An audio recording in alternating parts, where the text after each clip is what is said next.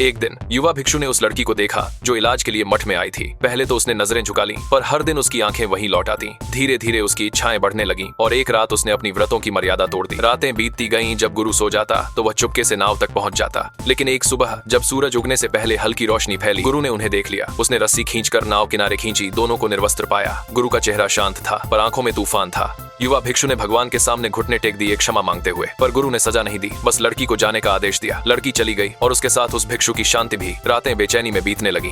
आखिरकार उसने मूर्ति उठाई और मठ छोड़ दिया, एक ऐसे रास्ते पर जहां कोई मुक्ति नहीं थी। सालों बाद वही भिक्षु अब एक अपराधी बन चुका था। अखबारों में उसकी खबरें थीं। गुरु ने अपने पुराने कपड़े सिले और इंतजार करने लगा। एक दिन वह आया, चेहरा झुलसा हुआ, आंखों में पछतावा और पागलपन दो। गुरु ने पूछा, इन सालों में कैसा रहा? वह चिल्लाया, मैंने सिर्फ प्यार किया, यही मेरा अपराध था। उसने किसी और से प्यार कर लिया और मैं उसे सह नहीं सका। वह थरथराते हाथों से वही बुद्ध मूर्ति निकाल लाया, जिसके नीचे अब खून से सना हुआ चाकू। उसका मन टूट चुका था। उसने नदी किनारे जाकर खुद को खत्म करने की कोशिश की, पर गुरु ने दरवाजा खोला, कुछ नहीं कहा, बस लाठी उठाई और उसे तब तक पीटा जब तक शरीर लहूलुहान नहीं हुआ। फिर उसे बांध दिया, मोमबत्ती रखी और जलती रस्सी की तपन में छोड़ दिया। वह दर्द में तड़पता रहा, पर उसी पीड़ा में उसका मन शांत होने लगा। गुरु बाहर बैठा हृदय सूत्र लिख रहा था, बिल्कुल बिल्ली की पूंछ से। हर अक्षर उस युवक की आत्मा को मार्ग दिखा रहा था। सुबह होते होते वह शांत हो गया, सिर मुंडवाया और गुरु के सामने झुका।